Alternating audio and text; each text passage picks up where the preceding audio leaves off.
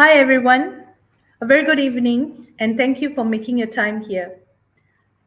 I would like to welcome all of you to our third edition of the Public Lecture Expert Series organized by Integrated Sustainability and Urban Creativity Center, ISUC, of Asia Pacific University, Kuala Lumpur, Malaysia. My name is Cynthia Paul, and an executive of committee of ISUC and from the School of Business. I'm honored to be your host and your mentor for such a wonderful lecture topic on sustainability. We are the world, we are the children. I'm sure many of you have heard of this song. We are the world, and it boils down to the children. We need to protect children as they are the future of our world. As a saying by Nelson Mandela, children are our greatest treasure, they are our future. Now, what better way in introducing our very own excellent lecturer, Ms. Srividya Ganapati, who is the co-chairperson, CRIP Foundation. CRIP stands for Child Rights Innovation and Betterment, and she's also a co-founder of Talisman Project, which is an initiative in educating children on the rights and empowering children to become child advocates and active citizens in promoting child participation. Now, without further ado, it's a great pleasure for me to pass the floor to Ms. Srividya Ganapati. Hi, how are you?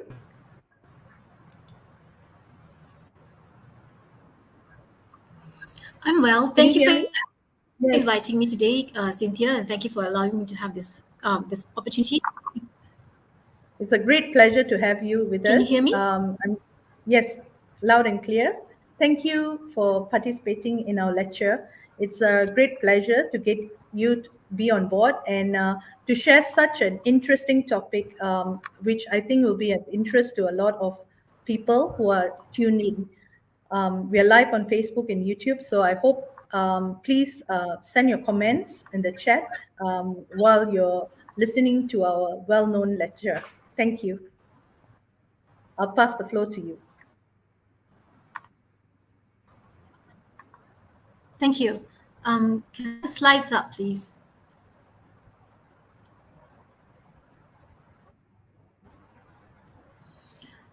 Good afternoon, everyone, and thank you for taking the time of your busy weekday afternoon to join me today.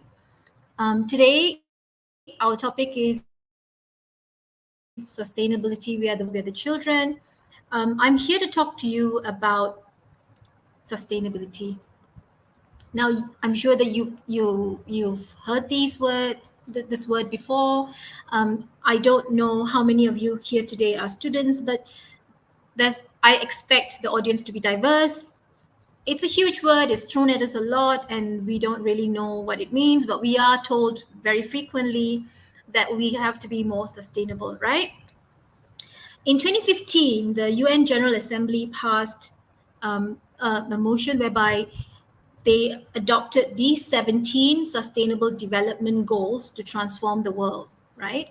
So it's not just goals for one country, it's goals adopted by the United Nations. Malaysia is a member, as you know.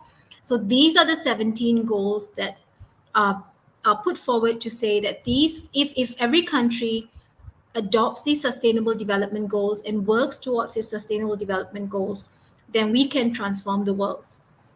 And very quickly, I'm just going to look at these goals for you. So that's number one is no poverty.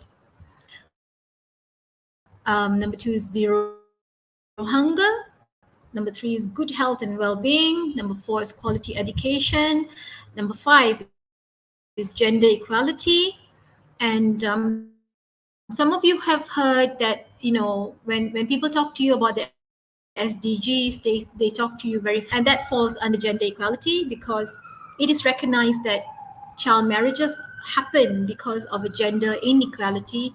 Girls being of a lesser power holding position than boys are very frequently forced or stuck in a situation where they have no alternatives but to get married. Number six is clean water and sanitation. Number seven is affordable and clean energy. Number eight is decent work and economic growth for everyone. Number nine is industry, innovation, and infrastructure. Number 10 is reduce inequality. So that's not just in terms of gender, but for people with disabilities, for LGBT communities, for anyone, for Aborigines, for anyone who is in an unequal position, right? So 11 is sustainable cities and communities. 12 is responsible consumption and production. That includes food, not producing food and wasting it, not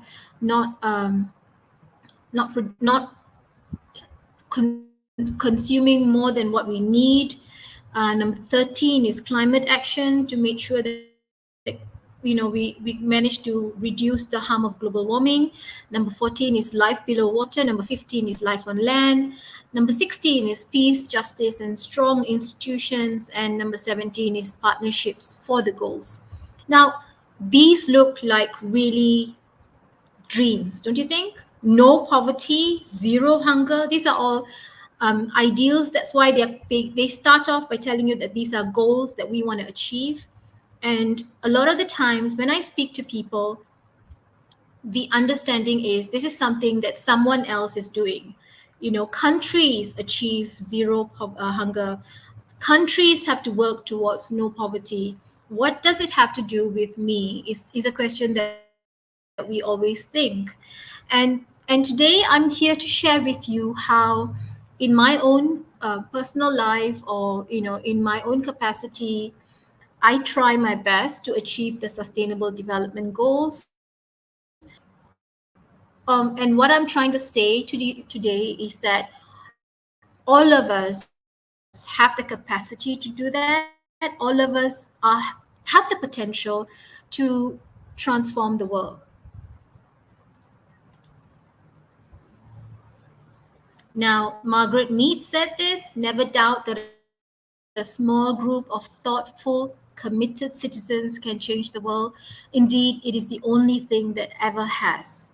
And today, actually, what I'm trying to tell you is you, you can change the world, not somebody else, not your father or your boss or your company or your country, but you personally. I hold you accountable to this, and I think that you can do this. You can change the world. And I'm here to tell you how you can change the world, or how I can change the world. I do my little bits to change the world. Now, these are things that I think we have to live by. Number one, believe in yourself. The changes you make can impact future generations. Stand up, you cannot make an impact and all negativity. There will be so many people who will come and tell you, you can't do that. How are you going to do this? And what is the logistics of that? And I'm just telling you, of course, listen to criticisms. Listen and think, is there a valid point in that? But then at the end of the day, you have to make up your mind and think, is this person being constructive? Am I able to build on what they're saying and then remove the things that are stopping me from achieving my goals? Or do I actually, um, you know, just step away from this negativity and see how I can achieve what I want to achieve? Now,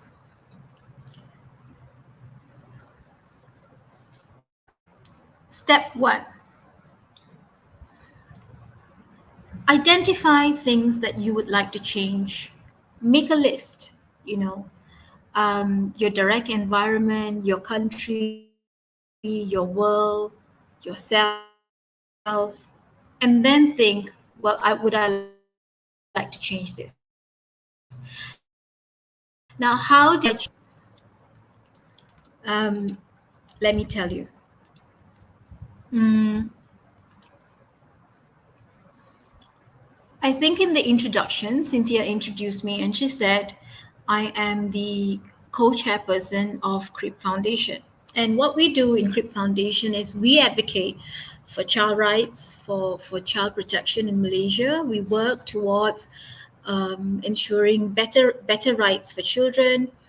Um, and how did this come about, right? How did I become the co-chairperson of CRIP Foundation? How did this happen? I'm going to tell you a little bit of a story to kind of make you understand how I took steps to make a difference, right? In 2016, I attended a training where I was trained as a trainer on how to represent children in court. So I'm a lawyer by profession, and in 2016, this was the thing that I was taught. How do I represent children in court? And in that year, in July of that year, we had local press reports that broke out that actually said a man had been arrested in the United Kingdom, and this man had been found to be the biggest uploader of child sexual abuse and exploitation materials on the internet. He was operating on the dark net. He had sexually abused and/or exploited about 200 children, mainly in Malaysia. So he exploited these children or abused them, and then he photographed them, and he then uploaded them online. And when he uploaded them online, he also started a crowdfunding exercise where he asked people around the world so that he could then um, continue with his activities in Malaysia. He wrote a manual called How to Be a Pedophile in Malaysia.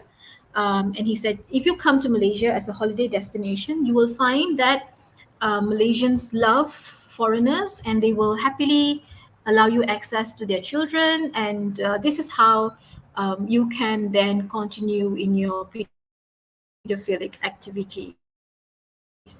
And he had a large community that was supporting him online in the dark web. And when this news broke in Malaysia, I and my friend, we were horrified. We thought, how can this be? They had tracked him, they had detected his activities online, they contacted our local police, they came to see Malaysian police, they shared their findings, they said, this is his IP address, this is where he's located, this is the exact location, we can help you to make this arrest. And Malaysian police said, we don't really have laws to and therefore Malaysian police did not arrest that man, and the Australian police went back to Australia, um, where they could not do anything. I mean, this is Malaysian jurisdiction, you can't do anything. So they went back to Australia and they continued. So this happened in August 2015. They he continued in his activities in Malaysia, and then in December 2015, this man went back to the UK for Christmas. So he was a British citizen. He went back to the UK for Christmas, and because the Australian police had been tracking him, they actually knew what day he was going to arrive in Heathrow.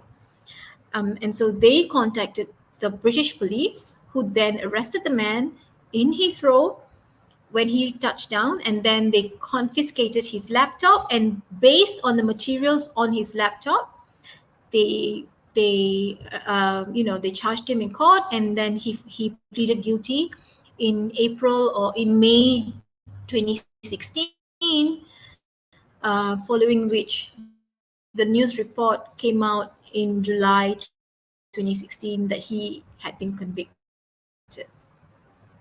Can you imagine? And my husband and I, we sat down together and we were moaning and groaning, and we said, how can this be? How can something like this happen? Now Malaysian police has failed us, the government has failed these children,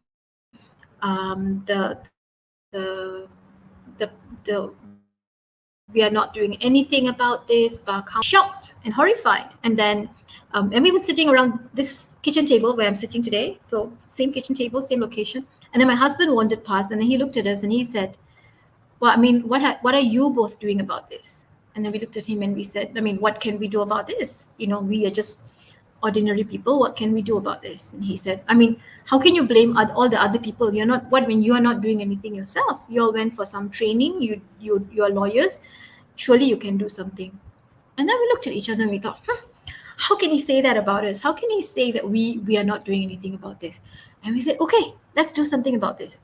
So then what we did was we actually emailed the Bar Council president, and we said to him, well, this is terrible, we're really disappointed, and we're very upset, and let us know if there's any way that we can assist you.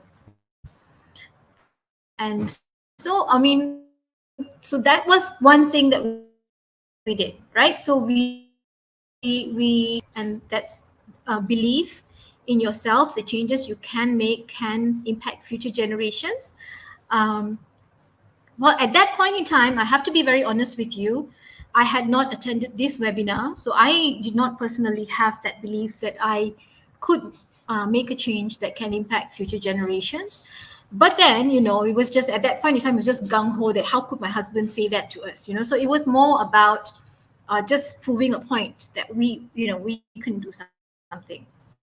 So the Bar Council president actually then called us in, um, and And he said, okay, can we have a meeting on this? And then we went and had a meeting with him. And he said, okay, something, and what can we do about this? And from that, so from that little email that we sent because we were upset, we actually spoke to the Bar Council president and ended up forming. Now, in having formed the Child Rights Committee of the Bar Council, we still hadn't really sort of believed in ourselves yet that we can make a change, but we had done something. So we had taken one step. It was a giant step because, as lawyers, we didn't really think that we could actually go out there and create a committee or make such changes that we would be able to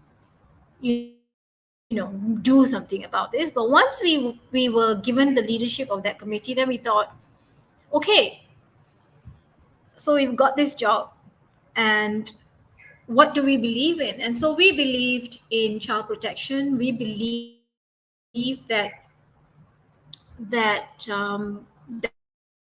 children were important. We believe that okay, let's do something about this. So what did we do? We trained 300 lawyers around the country over a course of 2 years on how to represent children in courts.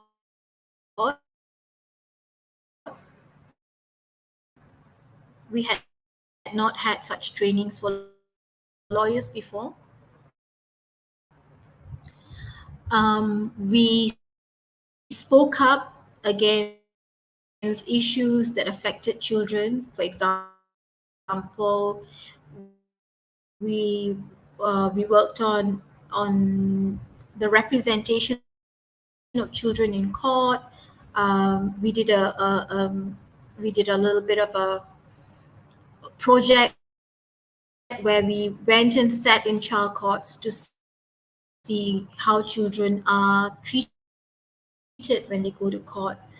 We looked at child marriages and actually then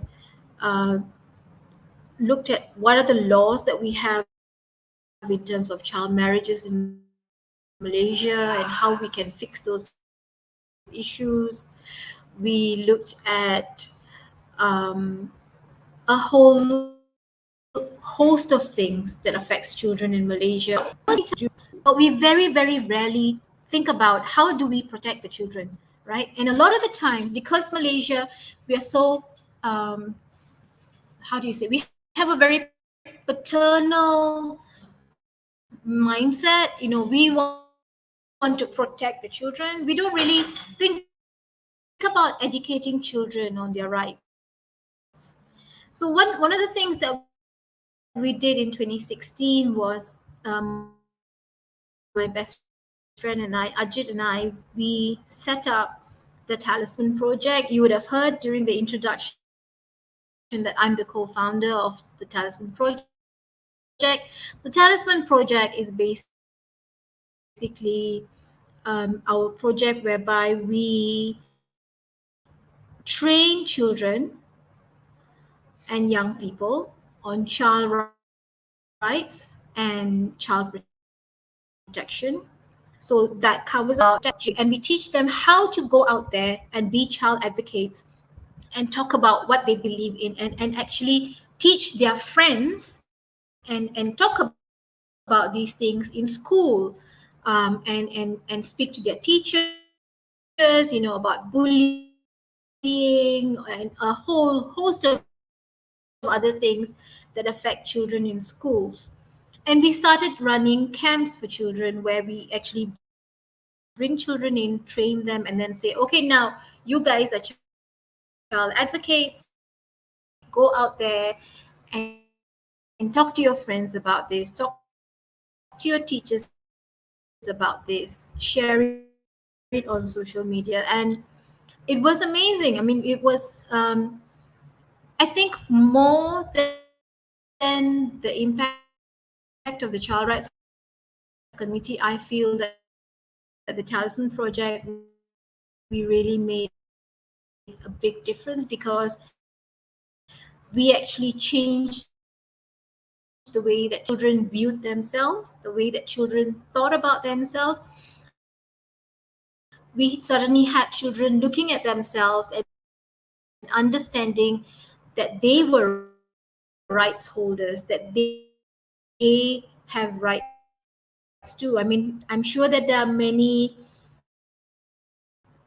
university students here who are listening to this. And how many of you thought that when you were kids you had rights? You probably still think you don't have rights, because your parents probably make a lot of decisions for you, and you don't know how you can make a change in the world.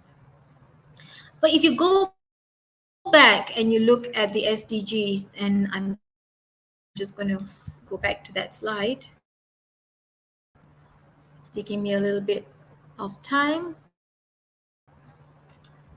These inequalities. Children are unequal in every sense of the word. Even if they want to come to the Talisman Project to attend a camp, they need their parents to consent. So sometimes people ask me, like, when you run these camps and you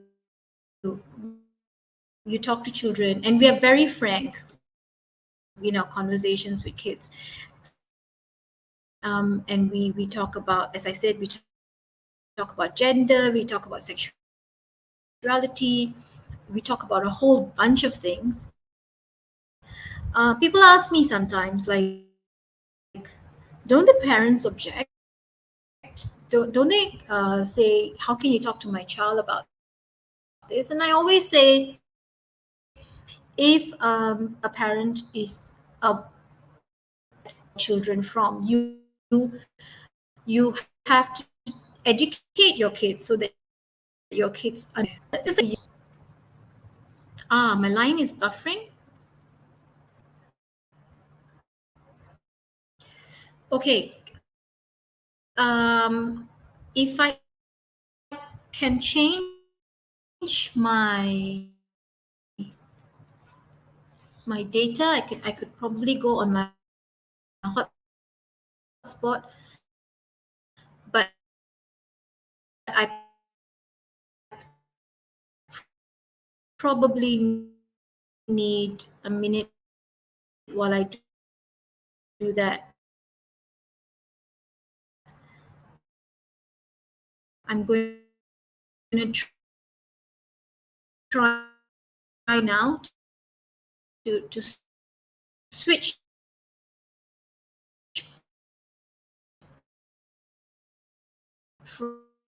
from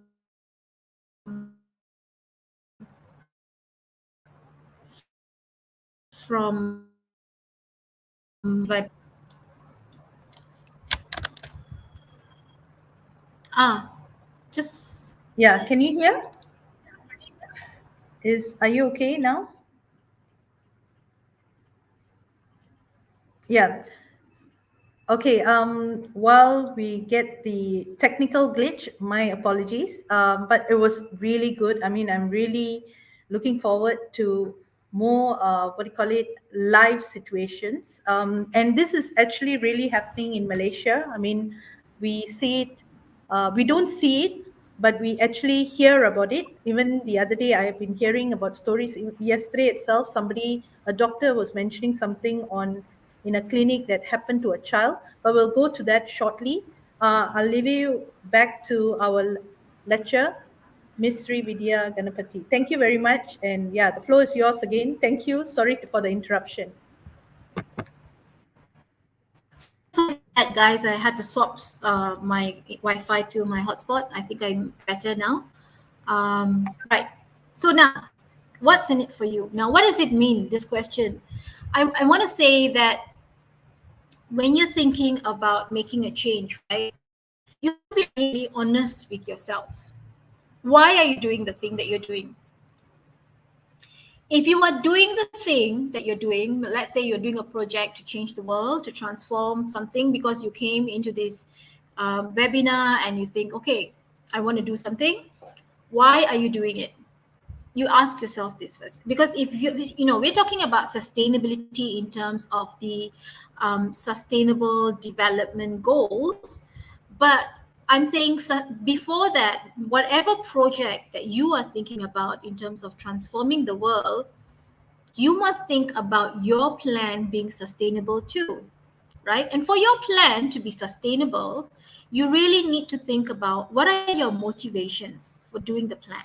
If you're doing it because you want your CV to be beautiful, or because your lecturer told you to go and do something now that you came to this webinar, I can tell you that your project is probably going to fail in the long run. You might have a short term success. I mean, you might have that, you might have, for example, you raised 10,000 ringgit for charity because you said, okay, I'm going to do this. But are you going to are you going to have an impact? Are you going to transform the world? Are you going to make a bigger difference? I think not so much. So the right way to do it is to actually sit down and think, what's in it for you? Why do you want to do it? Why do you want to transform the world? And the answer to that question must always be that you're doing it for yourself. There's no other answer that works. Of course, if you're a corporation, right? So if you're a company, then if you do the SDGs, you get some tax rebates, and you can put it on your website, and there's a return on investment that works for companies, definitely. But when you're an individual and you want to make changes, you must do it because it works for you. It's something that you want to do and you get the personal satisfaction. And I can guarantee you this, there is no satisfaction like that. It's to know that you've made a difference, to know that the difference you've made is not just momentary, but that you have actually changed someone's life or changed the way that the world operates. Wow, that feeling. I mean, you can't sell that in a bottle. You could try selling it in a bottle. Everybody would buy it. You'd be a billionaire. I mean, it's amazing. And the reason why I continue to do the things that I do, and I do all of the things that I do unpaid. So this is not my day job. I'm a lawyer. I'm a successful lawyer. I make money lawyer, and I lose money in my volunteerism because it takes up my time that I could be doing other things. But the joy that I get out of doing the things that I do for children and child protection in Malaysia, I can't replace that. I feel blessed to be doing the kind of work that I'm doing. And I want you to understand that that's the way that you have to think about when you are, going into this and you want to make a difference. And one of the things that I want to say is like, so in my personal capacity, um, I have written, so I've helped to train 300 lawyers around the country. I've co-founded the Talisman Project. I have written a paper on child marriages and recommendations on how we address child marriages in Malaysia. And after writing that paper, co-writing that paper, what I did then was, with a group of like-minded individuals, we spoke to the deputy minister in the women and children's KPWKM, the ministry, and we presented our findings to them. And some of our recommendations were then adopted by the ministry when they came up with their 5-year roadmap in the year 2020. I worked with the government when they drafted the Sexual Offences Against Children Bill. and some of the proposals that I drafted or I put forward were then actually adopted and made into law. I worked on the special task force that was set up by the government at that time on sexual offences against children. And I made recommendations, and some of those recommendations were also implemented, and they're still standing now. Um, Recently, last year, I wrote a paper on a report really on our systems when it comes to children who are sexually exploited or abused, and how we deal with them from the point of reporting until the point when the case is completed in courts.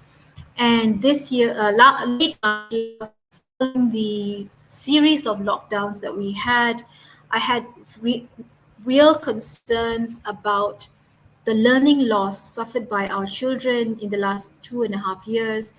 And so I, together with a team of experts, co-authored a report where we reported on the urgent crisis in learning and have made recommendations. We are now in the process of presenting that to the government, and we have actually published that in the media. If you'd like to have a look at the report, you can communicate with me and I will send it to you. And basically, it's about how we really have to recognize that there are children who are going to school who lack the basic learning skills, because in the last 3 years they've been online. I mean, all of you, those of you who are in university, you yourself must have struggled with online learning. But imagine being in standard 1 and being online, or being in form 1 and being online, or even any of those transitioning from standard 3 to standard 4, and then standard 4, standard 5, you're online, and then you're made to go back into standard 6.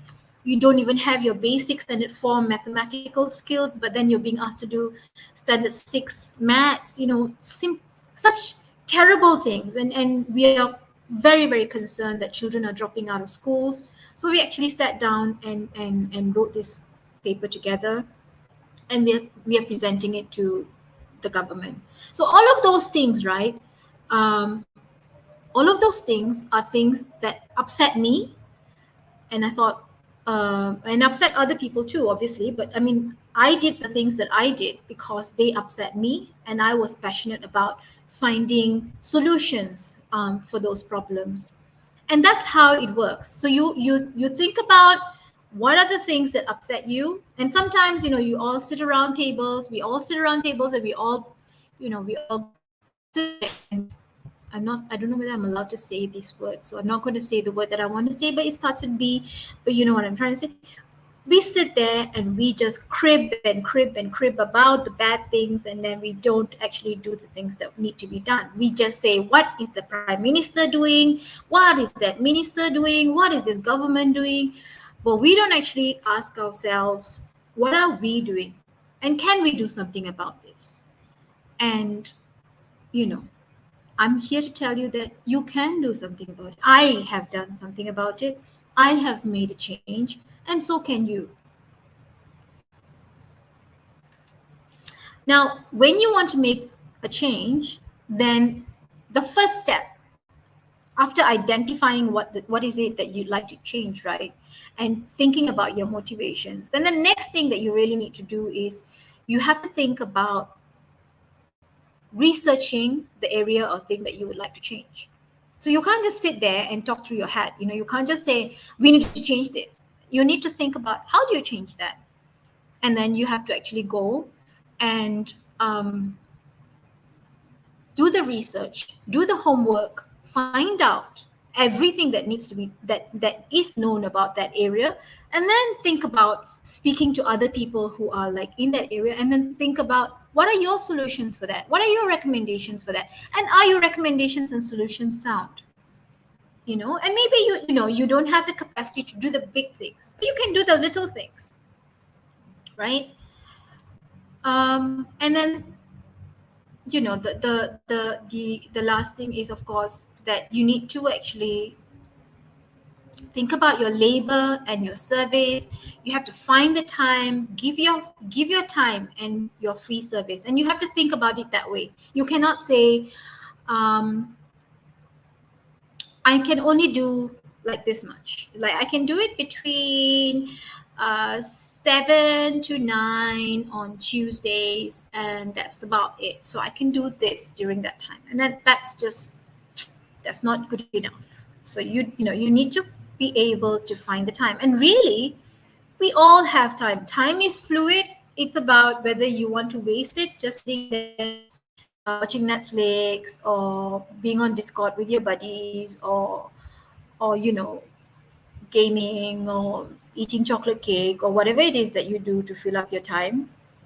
And just find slots of time and you say to yourself, I'm going to do this and I'm going to do it within this 1 week. And then get it done. And you can do it. And really, you have to remember to be passionate, yes, but I want to caution you that you must learn to separate yourself from your passion. What does that mean? What am I trying to say to you? Obviously, I'm passionate about the things that I'm interested in, right? So I'm passionate about children. And anyone who talks to me knows that I'm passionate about children. But what I'm saying is, just because I'm passionate about children doesn't mean that when I find someone or if I'm disagreeing with someone about their opinion, I stand there and curse them or yell swear words at them or behave in a passionate manner, uh, which really kind of dilutes my message, doesn't it? My message is not that I'm a passionate individual. My message is this. Okay, so for example, today, my message is that you can make a change, that you yourself can make a change. I could yell that message here. I could do a little bit of a dance and try to explain that to you. But really, I'm telling you that you can make a change with slides, with reasoned arguments, and I'm telling you all of the things that you have to think about when you want to make that change, right? So always be professional in your passion. The passion should burn in you to save the world or to save children or to save the animals. But when you go out there and you do that job right, you be the most professional person doing that job. And when you do it that way, people will take you seriously. Be merciless, be dogged in your determination, constantly bang at that door, knock on the doors and ask people, what can we do this? And then if they say no, say, can we do this? Why can't we do this? Can you explain to me why we can't do this? No, but what about if we do it this way? And just continue with your determination to get that job done. But really, don't yell at them. Don't go and say you're an idiot. You don't understand this. You don't understand us. That's like being a child. When you were kids and then you go and yell at your brother and then you tell your mom, he did it, he pulled my hair, and then your brother will come and say, no, no, no, she did it, she pulled my hair, and then you're just sitting there and yelling at each other. It's not really an effective argument. Your parent is not really going to be sitting there able to digest what you're saying or take sides or make a conclusive determination whether who's right in this situation. When it comes to changing the world, I'm here to tell you that that's the same rule. You have to be professional. You have to think about what you want to say, why you want to say it, why you want to do the things that you do. Have a plan. Put your plan down on your computer or on your phone or on paper, and then think about your plan. Show it to your buddy. See whether it works. Find the holes in it. Fix the holes. And then be professional in making the change. Right? And collaborate. So what does that mean, collaborate? A lot of people feel that only they are passionate about the things that they want to do. So they go and then they do the things. And I feel when we collaborate, when we call people up and say, can I help you with this? And like if you are a student, for example, and you are listening to this and you think, I wanna do something and I really want to make a change, and you believe in a particular thing. For example, I feel really upset now that Shri has highlighted the fact that children have lost learning in the last 2 years, and I really want to help children that are suffering with this. What can I do? You don't have to do it yourself, is what I'm trying to say. You can collaborate with other people who are working on this issue. You can approach schools, you can approach teachers, you can approach tuition centers and say, can I help? You can approach your local church or mosque or temple and say, how about if my friends and I ran tuitions in the afternoon for children who are going into Form 1? Would that work for you? We don't have to charge them anything. We're willing to come in on Saturdays. We can, oh, how about if we teach children English? We understand that children are having a learning loss in English, and a lot of children don't have, access to tuition. Is this something that we can do? And you don't have to do things on your own. Find people who are like-minded, collaborate. If you know NGOs or organizations that are working on these issues, call them up and say, listen, can I help you with this? I'm really interested in what you're saying or what you're doing, and I want to help. You don't have to be a lone ranger and do it solo. Accountability. But before accountability and before collaborate, okay, I want to talk to you a little bit about. Okay, I'll talk to you about it at the SDG. So accountability. What does it mean, accountability, right? Um,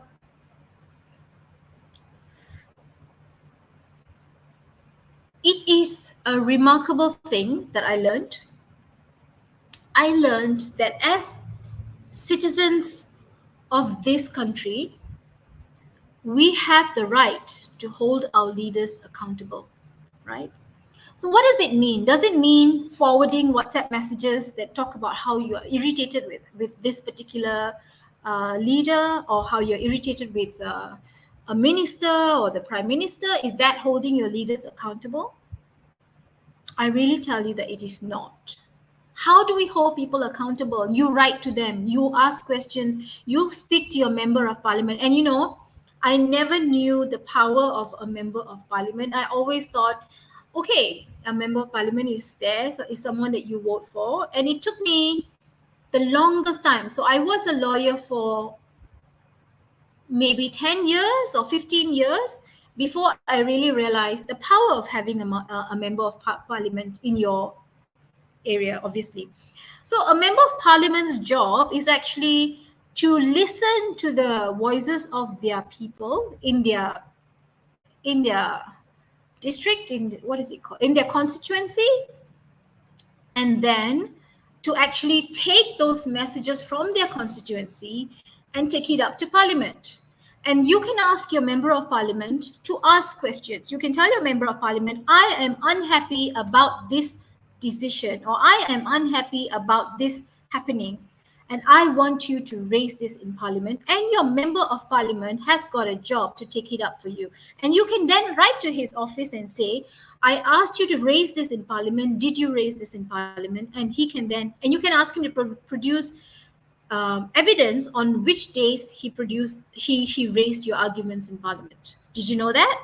Isn't that like a superpower? We all have it. We all have the superpower where we can ask our member of parliament to go and raise things that bother us to parliament. And how did I find this out? I had a case. So I was writing for an owner of an apartment, and the developer of the apartment had not applied for the strata title for that apartment for years and years and years. So, in any building that is newly developed, the developer has a duty to apply for individual titles for each unit of the condominium or apartment that has been put up. And in this case, the developer did not do so because as long as there were no individual titles, the developer could continue to charge each individual owner an administrative fee of 1% of the value every time the owner did something with the property. Meaning to say, if the owner sold the property, he had to pay 1% of the purchase price to the developer. If the owner wanted to take a bank loan. He had to pay 1% of the loan to the developer. So the developer was making a lot of money, and the developer just refused to apply for the strata title. So when I represented my client said, actually, right, in this issue, our local MP knows about it because we have actually had a meeting with him where we spoke to him. So then I said, okay, let me speak to your local MP. And I spoke to the local MP. He actually came to my office and I said, okay, I'm actually asking you about this because I was told by my client that you are aware of the problem and that they have reported it. Can you tell me whether they have actually reported it to you? And this MP then said, yes, in fact, they reported it to me. And then I raised it on Parliament on this date and this date and this date. And I was like, what? And I didn't know. I mean, okay, so I didn't know that this was something that was possible. I feel really foolish telling you this, but I bet some of you didn't know that as well. So anyway, this guy had records for the dates that he actually raised it in Parliament, and he came as a witness for my trial, but subsequently, because of his pushing and because of everybody else making so much of noise about it, we actually then had the Buildings and Common Property Act and the passed in Parliament, and the Strata Title Act passed in Parliament, and then this has made a huge difference in the law relating to buildings and apartments in Malaysia. So people can make a difference by holding your leaders accountable. I'll tell you another story. This is about my father-in-law. So my father-in-law, when I first got married, and I've been married for a very long time now. So when I first got married, right, he'll come to me and he'll say, I'm writing this letter lah. Can you check it for me? And I would check it. And it would be like, he write to Majlis Bandaraya Subang Jaya because he lives in Subang. He write to them and he will say, he write to the mayor, and he will say,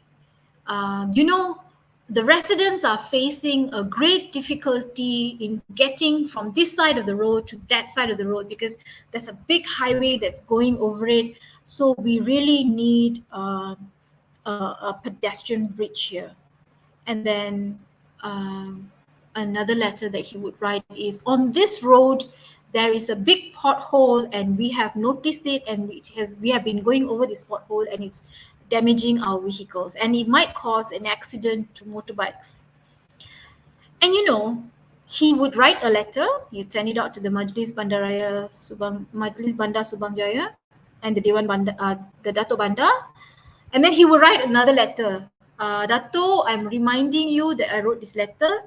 And then he would write another letter. And then he would go and speak to the MP and say, on this day, I wrote to the Dato Bandar and MBSJ and I asked for this and it's still not happening. And after a while, they got a pedestrian bridge. They got their pothole fixed. Now a U-turn. So he's writing to them because he wants a U-turn in that road so that he can make a U-turn and come back, because otherwise he gets stuck in traffic. And I'm sure that he will get his way because he keeps sending them letters every few months. Then he will go and speak to the MP. He will go to the Datuk Bandar's office and say, did you give my letter to the Datuk Bandar? And when I first got married and I met this man and he started doing all these things, and I would think, why is he doing all of this? How is it going to work? But it actually works. I'm here to tell you, I have seen it work. I have seen the product of this really, really bearing fruit. So we can do that. We can make differences, and he's 86 years old. Imagine he's 86 years old and he's doing that. You guys, you're so young, you can do so much. Hold your leaders accountable. Write to them. Ask them, what are you doing about this? This is bothering me. How can I make a change? Speak to people in your community and do a change. And it's not a big job, right? You're not doing a huge problem, And I'm now going to go into the last slide that I've got with you today. And this is taking you back to the SDGs, right? Now, what can you do, really? You've listened to me. I've told you about my adventures. I've told you about other people's adventures. But I also haven't told you what I do. other than child rights, right? So one of the things that I do, and this is something that I do because of my daughter. So my daughter is 19 years old. So when I go to the market, because she nags me and nags me and nags me, I have now learned to do the right things. So I take a container when I want to pack fish. I take another container when I want to pack chicken. I take a small Tupperware for tauge so they don't put it in a plastic bag. I take my own bag so that I can put all my vegetables in it. And the market guys used to stare at us at the beginning when they did it, but now they are also grateful because we are saving them plastic. They don't have to bear the cost of additional plastic. They always look for my bag and they put the stuff in the bag. I always take bags to the market. In my office, and obviously this is about climate action and it's about life below water, life on land. So this is your SDGs 13, 14, and 15. So what I do is we've installed fans in all our office areas. In my office room, mainly it's the fan on and the windows open, unless it's a really, really horribly hot day. Then I have the aircon on for a short while just to cool things down, and then I'm back on the fan. We have plates. So when we have parties, we no longer use disposable plates and disposable cups. We bought some cheap and cheerful plates that we won't mind if they're not breakable, but they are washable. So we just take the extra step of washing the plates when we have parties. When we go out to pack food, we take our own containers so that we can pack the food, so we're not having to have disposables. I have to say that post pandemic and with Food Panda and Grab, my consumption of disposables has gone up because you can't do anything about that. They send you things in so many containers. But other than that, we try very, very hard to. So we got a water dispenser in the office so that we don't have to have plastic mineral water bottles. I keep a glass bottle in my car, which I top up with water when I need it. So when I go out, I take a bottle with me. I don't buy mineral water bottles anymore. I've completely stopped that. The only time that happens, I think, is when I go to the cinema. What else do we do? We do a number of these kind of things. We print double-sided so that we don't waste paper. Then we always sell the paper to the paper lama guy so that actually he's recycling that paper. We recycle newspapers. We have two bins, one for plastics, one for food waste. In PJ now, we have recycling projects that are going on. So we actually try to participate in that at home.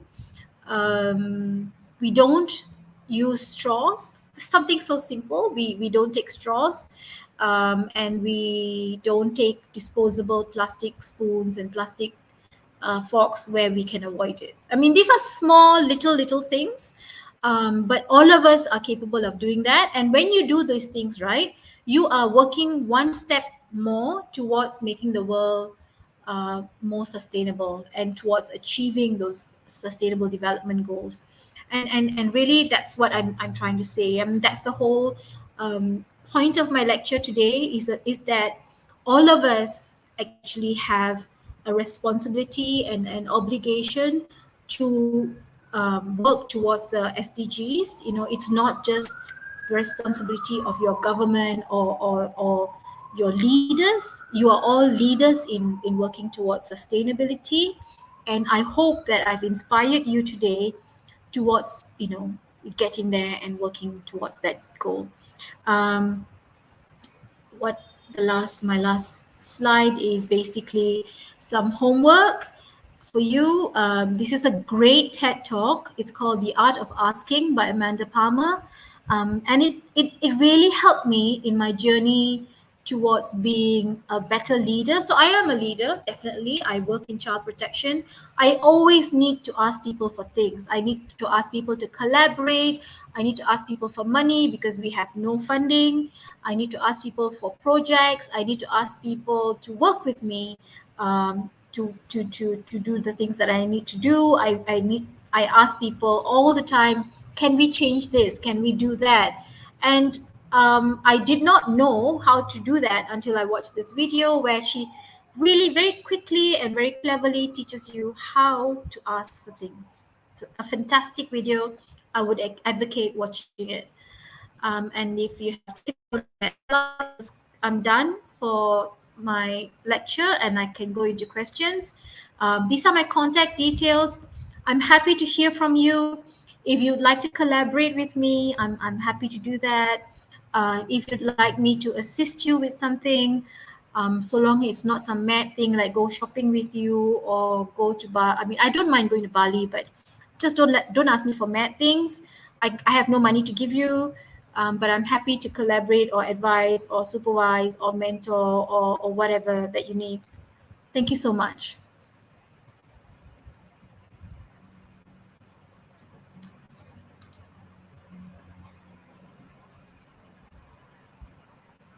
Hi, yeah, thank you so much. It was a wonderful lecture. I was so glued to it, I didn't even get off my chair.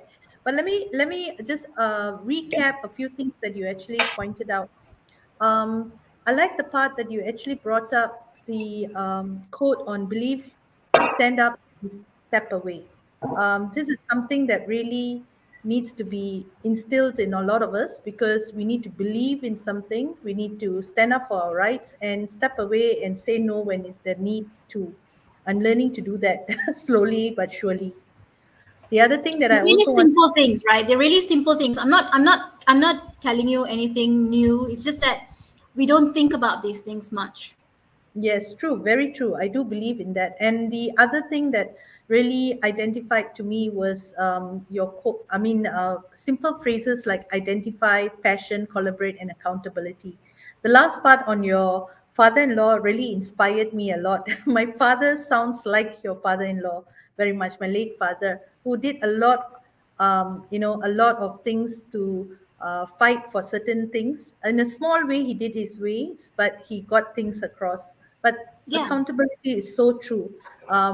And the other thing is, I think we need to stop being the at the back end and talk behind, but do something.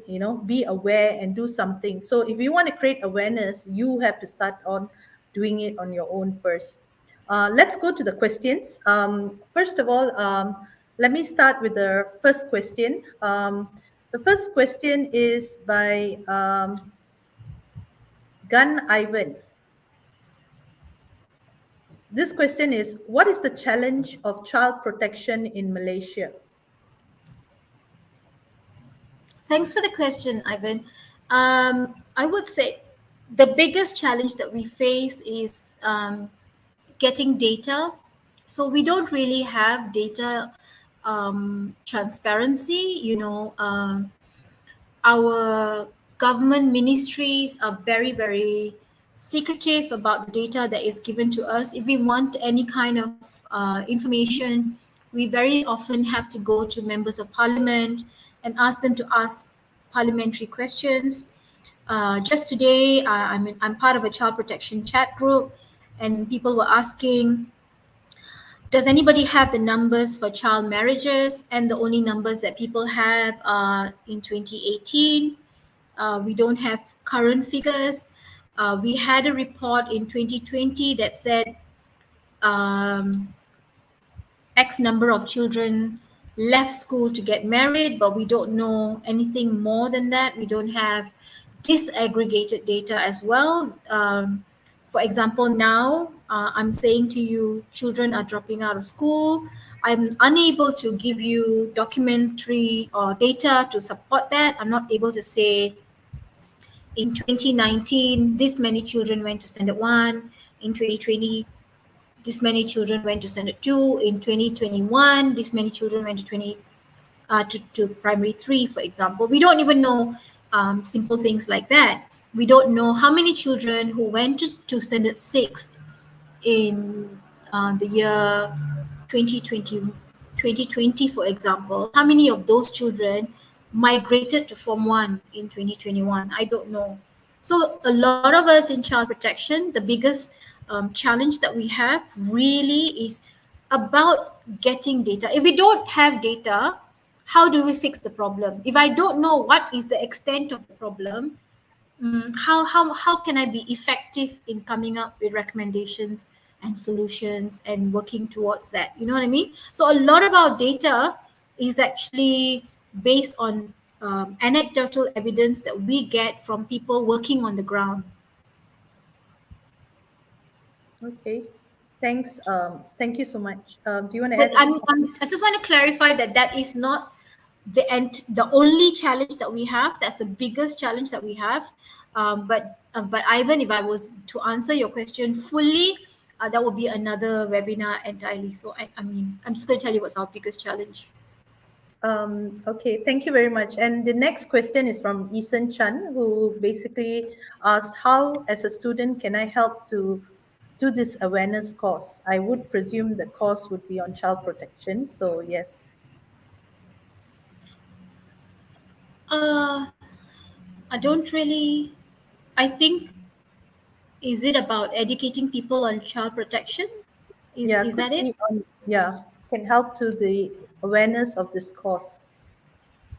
I think, you see, okay, one of the things that we have been getting in the last year is we've got a lot of interest from undergraduates and college students who want to, they want to be part of the Talisman project. They want to actually volunteer for us or actually come and learn the same things that we are teaching children, because they never got the opportunity to learn this in schools. So this year, one of the things that we are thinking about is actually running a training for students or for people over the age of 18. So a child in Malaysia and actually around the world, a child is defined as someone under the age of 18. Currently, the camps that we run for the Talisman Project is for ages of 12 to 16. But this year, we are thinking about running a course for undergraduates with the view of training the undergraduates to then help us to run Talisman Project camps around the country. So if this is something that you're interested in, you can send me an email, or send me something on social media, on Facebook or LinkedIn or whatever, and I'm happy to put you on the list and contact you the moment something comes up. Okay. This is a interesting question. This is by Wong Hong Hao. Says that in the passion part, you said that we should be determined on getting our change. How about when everyone is arguing about our change? Should we continue our determination on this? So, Definitely, Hong Hao, because um, in anything that you want to make a change, the the opposite situation is already entrenched, right? It's easier for people to not change. It's easier for authorities not to make a change. It's easier for the status quo to remain, right? So of course, I've never said it was easy. It's not. When I first started talking about child marriages, one of the first things that people said to me, and one of the things that people keep saying to me is, I don't understand because I'm not a Muslim, and I don't understand what I'm talking about, because I don't understand the way that child marriages are posed in Islam, and so for the longest time, I even had to fight to be heard on that issue. Just to say, I know what I'm talking about here. You can listen to me. Just for that, it took a long time for people to accept that I actually know what I'm talking about. I have actually done the research. So Hong Hao, if you want to be taken seriously, and if you are going to win in your arguments, then you have to remember that I put up a slide about research, right? So your research has to be better than everybody else's research, right? And I'm a lawyer. So every day I'm going to court and I'm arguing with judges, or I'm arguing with the lawyers on the other side about why the judge should listen to my case and let me and my client win, right? So every day I'm going there and trying to make a change. And so how do I do it? You can only do it if you have researched your materials, and you have put together um, a solution or a recommendation or a plan or a package that is so much better that the other people have got nowhere else to stand on. It's like saying, um, I'm better, I'm better, I'm better. But if you don't have things to back you up, how are you going to do that, right? So if you want to win at what you're doing, do your research. Great. Now, Adele has asked this question: how do you think the model of an ideal program for the care and protection of children should look like? And how should it be implemented correctly, for example, in the case of Malaysia? It's like my wish list. Okay, so yesterday somebody asked me for my child protection wish list. So I have it fresh in my head, I can tell you. So we start off: free education for every child in Malaysia. Every Wow. child in Malaysia, free quality education. So quality education, and it has to be the same kind of quality education. So not to say a child in Petaling Jaya gets a better education than a child in Cebu, or a child in Triang, for example. Everybody should get the same quality of education. Free breakfast for every child in school, so that they don't go to school hungry, number one, but also that they are motivated to come to school. Free healthcare for every child in Malaysia, regardless of citizenship, right? Um, and then I think if you can cover these things, like those are huge things. But if you can cover these things, and then free legal representation for every child who's in a court. If a child is in court, whether it's because of the child being in conflict with the law, or because the child's parents are going through a divorce, or their custody needs to be determined, or because the child is a victim of domestic violence, or the child is a victim of abuse, every single time that a child appears in court, there should be free legal representation for that child. And I would want every child to be given human rights education, so that they understand their rights, at the very young age. I want every child to have sex and sexuality education, including reproductive health. I want every child who wants it to have access to reproductive health. So currently what happens is children are engaging in sexual activity, but they don't have access to contraception, they don't have access to reproductive health care. If you go to a government clinic, they will ask you for your marriage license before they will treat you, even if you're pregnant.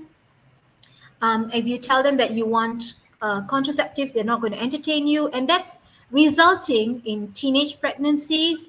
It's resulting in abandoned babies. It's resulting in mothers being charged with infanticide. It's resulting in a whole host of social problems. And I believe that if we have adequate sex and sexuality education, if children actually knew that if I do this and this, I will get pregnant and then my life is essentially destroyed, I think that helps, in eradicating that problem. I feel that if boys are told that in Malaysia, if you have sex with a girl under the age of 16, you can be sent to prison, that would help. I mean, a lot of boys don't know that. It's fundamental education.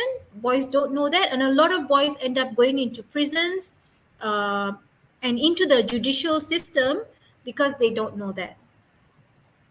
So I think that's a huge wish list already. You want me to continue? I think no. Thank you. Yesterday you talked something about the food in nutrition, right? You talked about nutrition as part of it for children. Yesterday there was an article in the Star which stated about PPR families cannot afford nutrition food for the children. So that's a thing that they should look at actually, and that's going to be the next stage. And then you also spoke about sex education for children. There's an NGO that actually a few NGOs are doing that. They're doing this what do you call it, something called the spot, where they actually teach Yep. young kids on certain Yes. areas, that you They can teach say about menstrual health. yes, a lot of that as well. Yeah, which I think that they should start doing this in schools. Okay. The next question would be from Stephen. I think it's Dr. Stephen Poon, who asks about what are the wait, just hold on. What are the signs of symptoms of child abuse and neglect? I think um, there are many signs, but even then, um, you know, you see, child sexual abuse, right? And not so much neglect, but child sexual abuse is a very complex crime.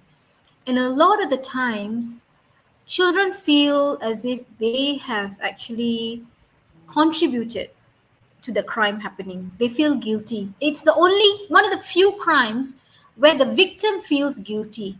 And the victim feels that the victim has to protect the person who has actually carried out the crime. You know, there's a lot of mixed feelings about this. This is why even when people don't disclose that they've had they've been sexually abused as a child, even when they get into adulthood, it doesn't heal. The wound doesn't heal. It just traumatizes them and continues to traumatize them, and unless they seek help, right?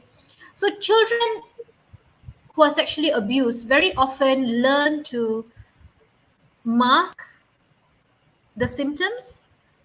They very often learn to hide the things that they are going through.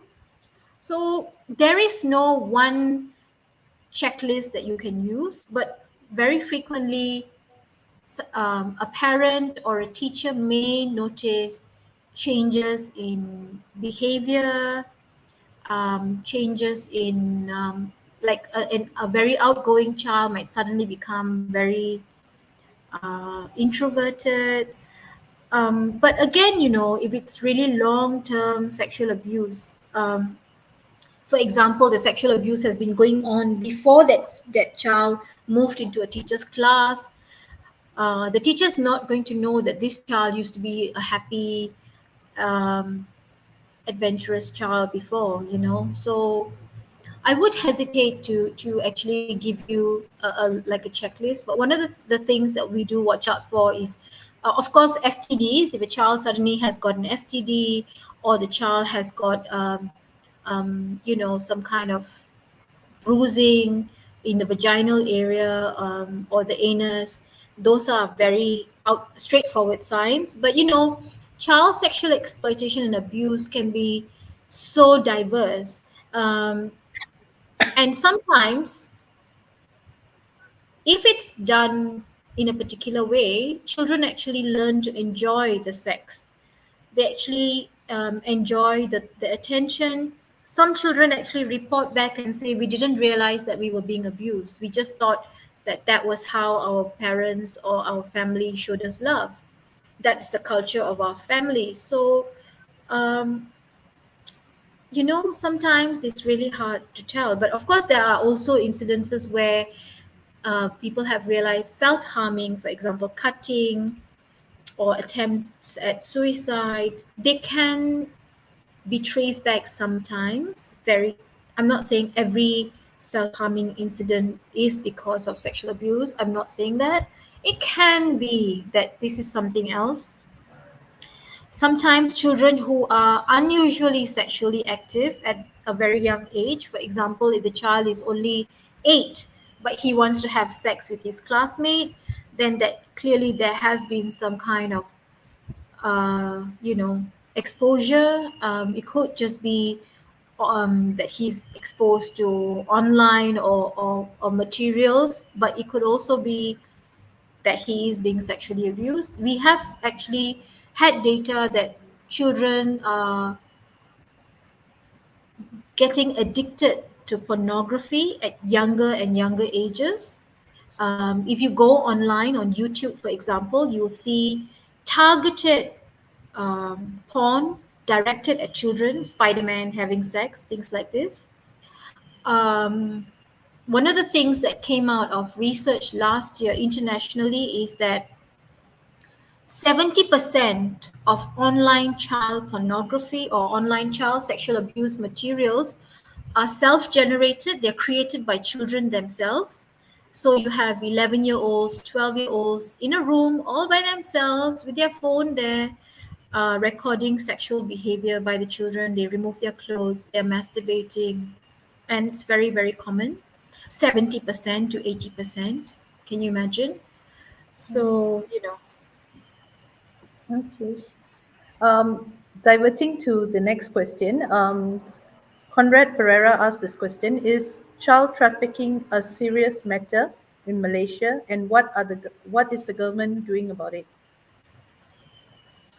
right. So we do have, we've got something called uh, Mampo, Mapo, where they actually are active in fighting trafficking in Malaysia. We have got NGOs that are Mampu. active.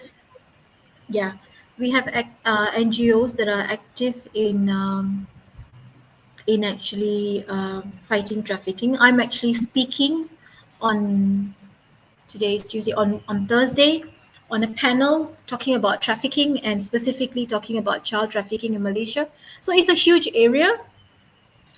But having said that, we again don't have data. We don't have enough evidence based data for me to say these are the number of children that got trafficked. But we do know of children being brought into the country and also being brought out of the country um, as brides, for example. It's anecdotal evidence. I've heard of refugee communities where the children, very young children, being brought in as brides. I've also heard of Malaysian girls being taken out of the country as war brides, for example. You've heard of that. Mm, yes. Um, we've also heard about, sexual trafficking of children and adults, but we just don't have enough data. But Malaysia is on the watch list for trafficking. It's a problem. So Okay, thank you. And I think we'll have the last question. Mazian has asked, when the country laws on protections are not particularly perfect, how should we protect children? wow, well, we should protect the children every time. We should protect them all the time. We should do anything that we can. And so our laws are not perfect, but I don't think that any country, if you speak to experts in any country, they will still tell you that they are they don't have the perfect system.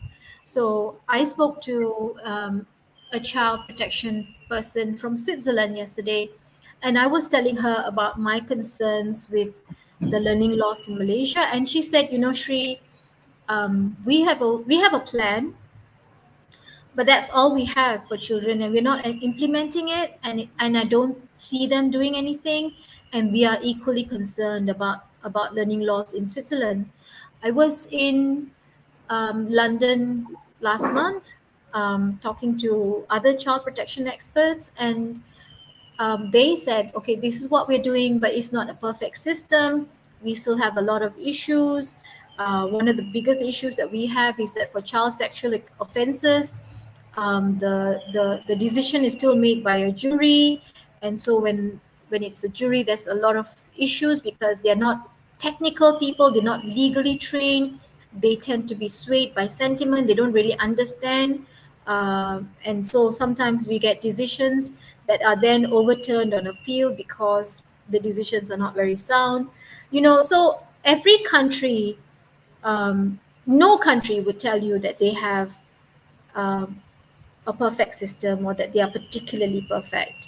And even then, everyone just does their best. And we look at models around the world, and we're really particularly blessed now, I guess, because we have so much of information at our fingertips. So in Malaysia today. So we're 2022. I'm telling you, I wrote a paper on how we can try and solve the learning losses of our country. I didn't have to go to other countries to learn that. I just had to go online and do enough research and find recommendations and things that would work and look at that critically and come up with solutions that might work for Malaysia. So we still can do so much. We have to do so much. It's just that there is no limit to what you can do. You just do what you can do best. In Malaysia we have so many different NGOs, and for example, so my NGO, Creek Foundation, we work in advocacy, right? But we do not personally go down on the ground and protect children. I don't rescue children. That's not what I do. But I understand my limitations. I understand that this is my expertise. My expertise is in the law, is in looking at the policy and looking at how I can work to make things better on this level. But there are people whose expertise is to go down to the ground and actually lend actual support, rescue victims, and actually then put them in homes and feed them and take care of them. And everybody has a different job to do. Just as just now Cynthia said, Spot is there talking about menstrual health.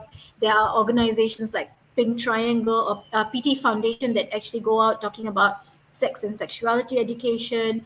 There are organizations like Yayasan Chowkit that deal with children in Chowkit and Yes. how to cope with them.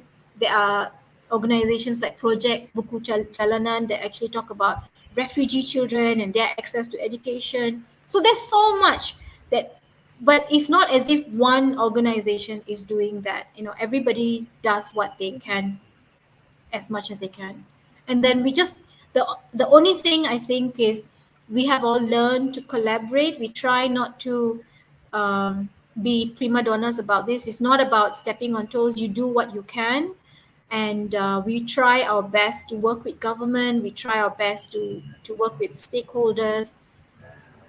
That's, I'm not saying it's perfect. There's a lot to be done. I'm waiting for all of you to come and help me also. Yes, of course, I'll be your first volunteer.